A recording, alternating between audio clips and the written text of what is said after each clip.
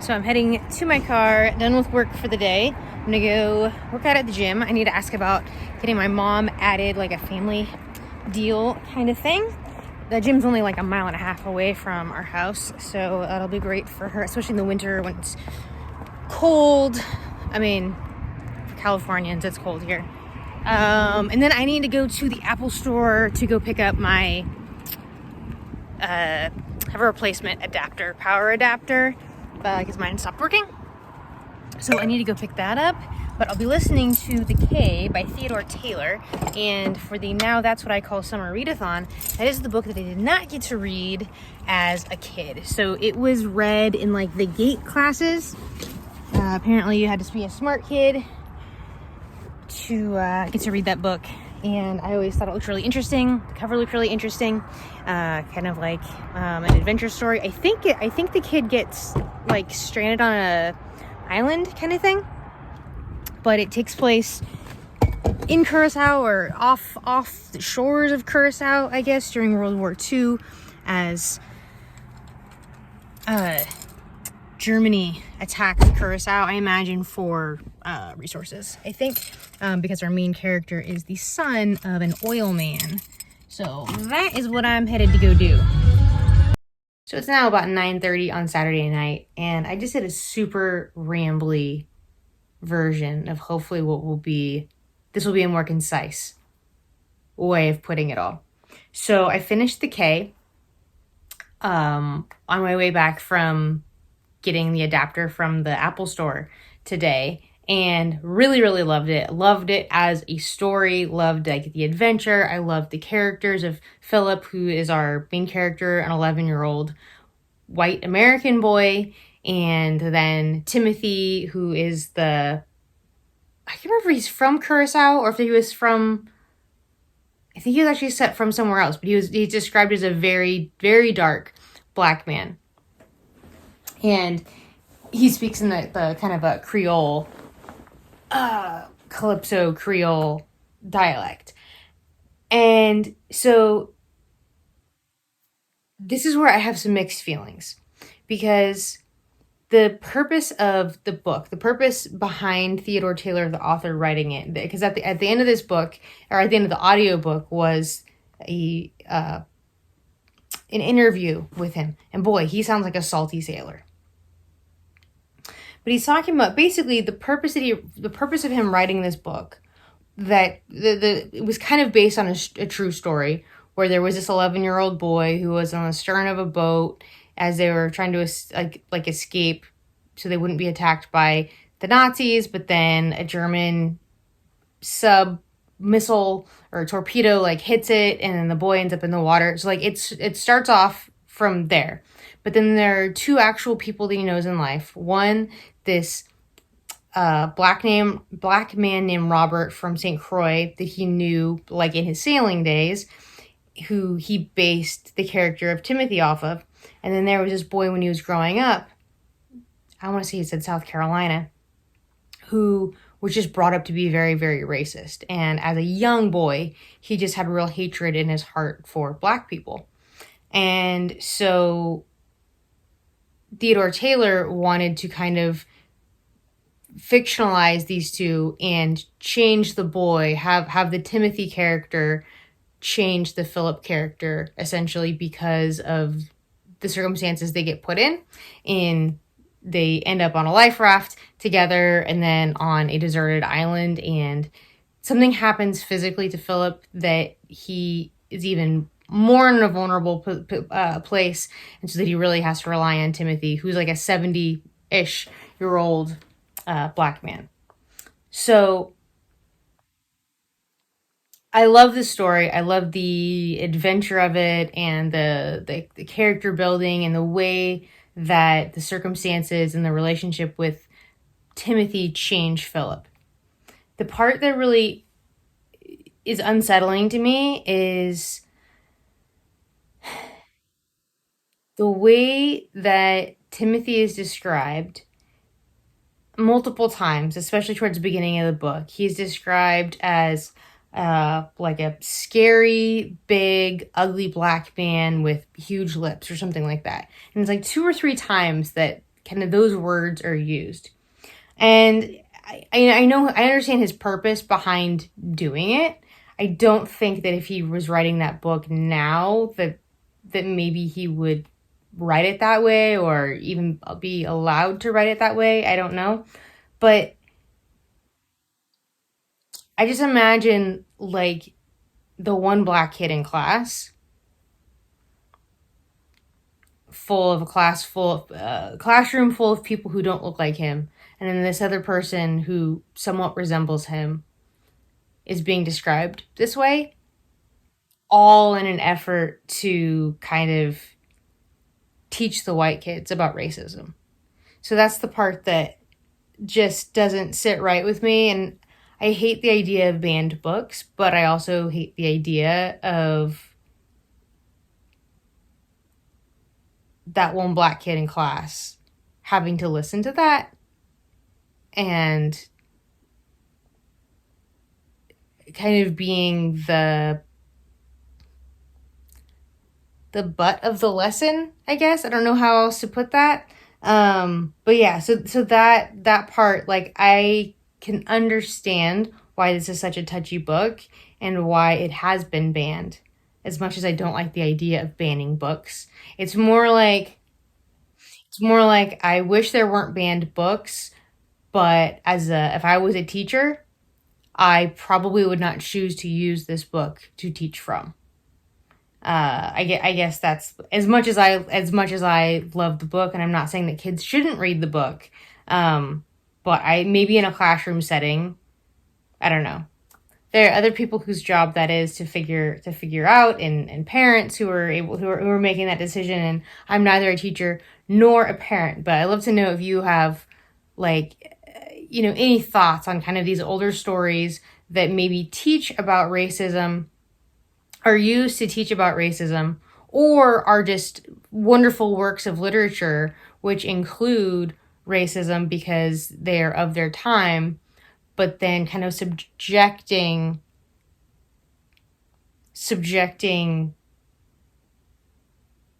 the black kid in class to that.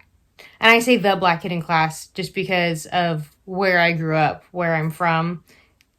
I could probably maybe name only 10 black kids I ever went to school with, from like kindergarten through high school. So just white suburban. I mean, it's not just white, it's quite diverse, but our diversity is more Asian and Hispanic than it is black, at least in like this part of my county.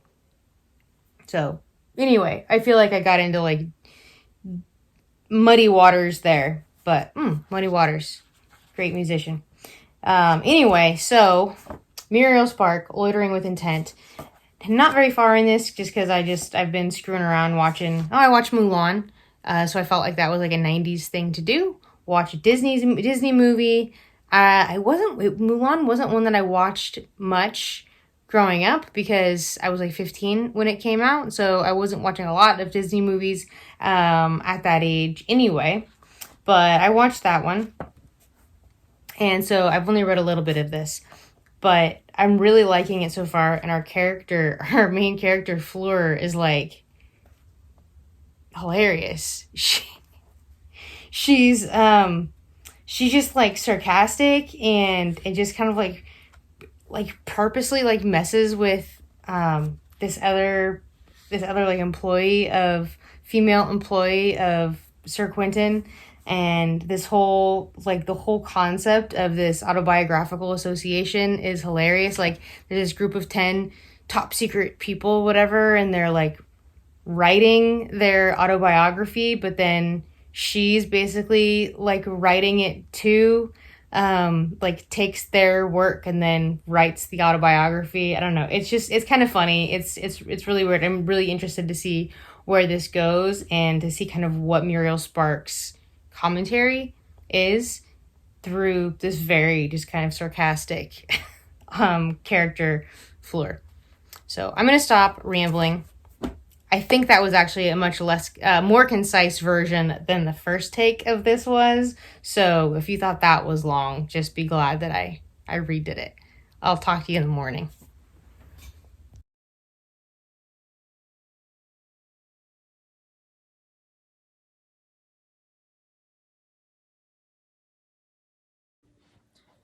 6:45, finally sitting down to read. But I am showered, clean, comfy, ready to go for tomorrow. Oh, and I have a dog crawling on me. Hi. Okay, I better go.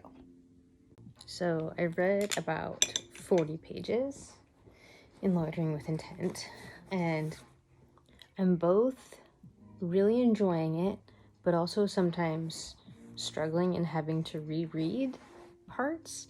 So I don't know if it's just like my own attention, I'm getting tired, or the thing that's also kind of unique and really cool about the book.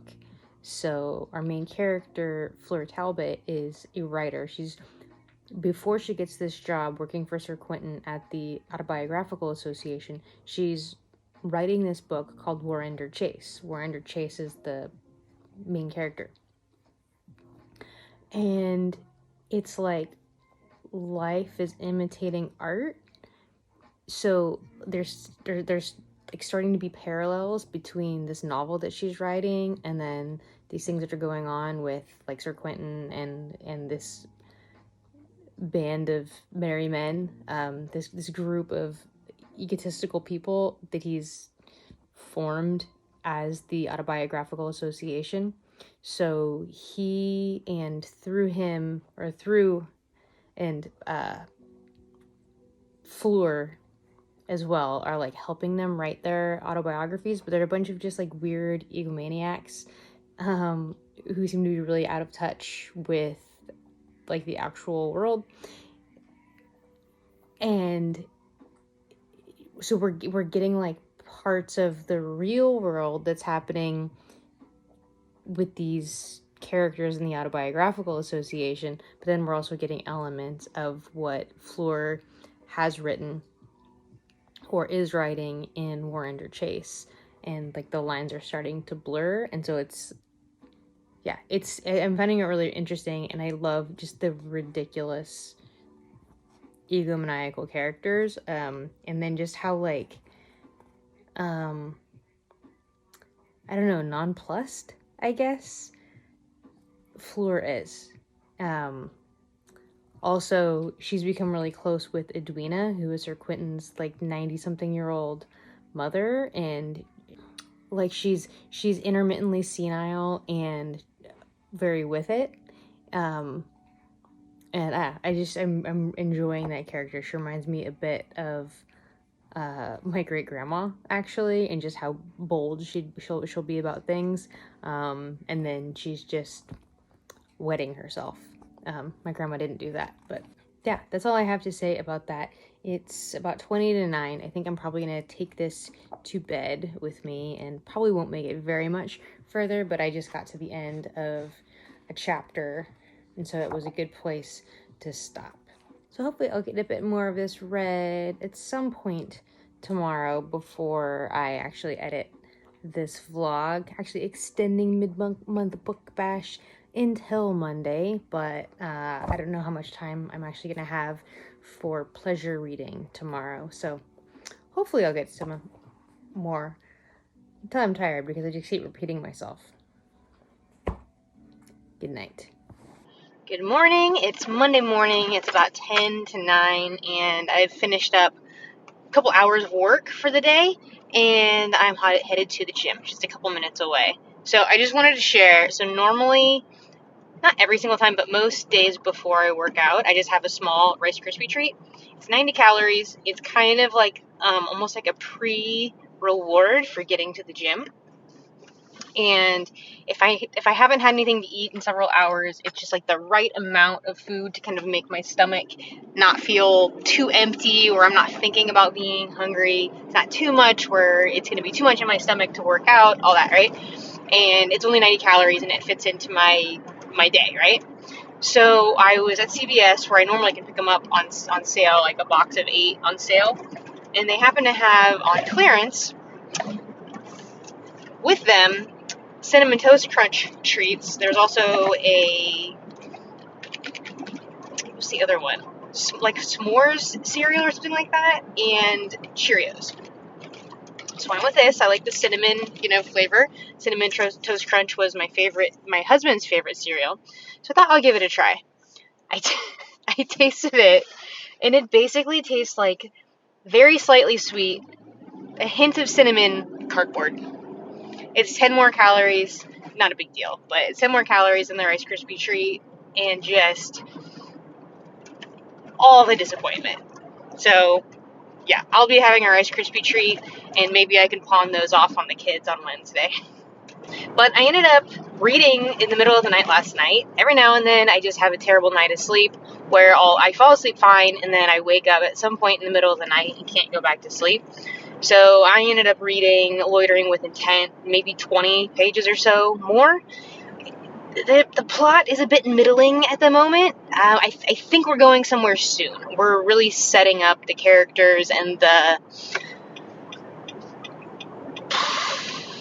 it's almost like so there's a secondary character who's become it's funny because she is the wife of Fleur's boyfriend.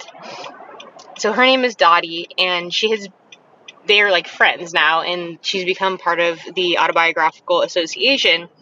And there's almost like a cult-like following that she has for Sir Quentin. It's really weird. But also the timelines are the storylines are really starting to kind of merge as far as the novel that she wrote, which at this point is now finished, and then what's happening with the characters and the Autobiographical Association. So, anyhow, I don't have an audiobook because I finished The K. I haven't started a new audiobook, so I don't know. I might listen to music or even a podcast while I work out today. I don't feel like trying to find a book at the moment. And maybe I'll surprise myself and end up finding finding something to read. Check in later.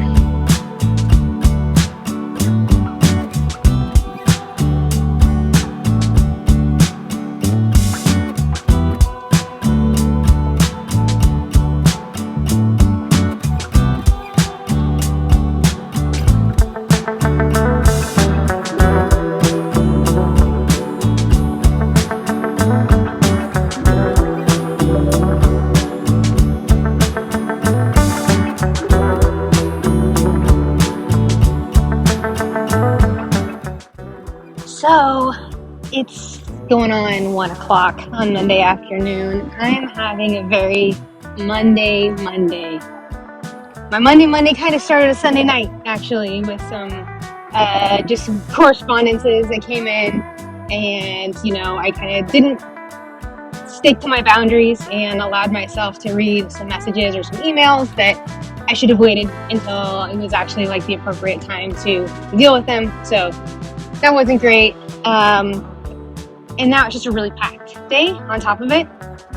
So when I can, and especially when it's a gorgeous day like this, I try to, if I have, 5, 10, 15 minutes, just come outside and get a little bit of fresh air, get a little perspective, and just take a moment to breathe. So that's what I'm doing right now. Coffee in hand. And,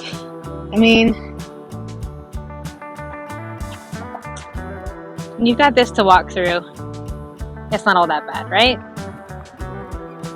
So I'm gonna go do a killer training session with my client, and then continue serving my clients for the rest of the day until it's time for my facial tonight at 5 o'clock.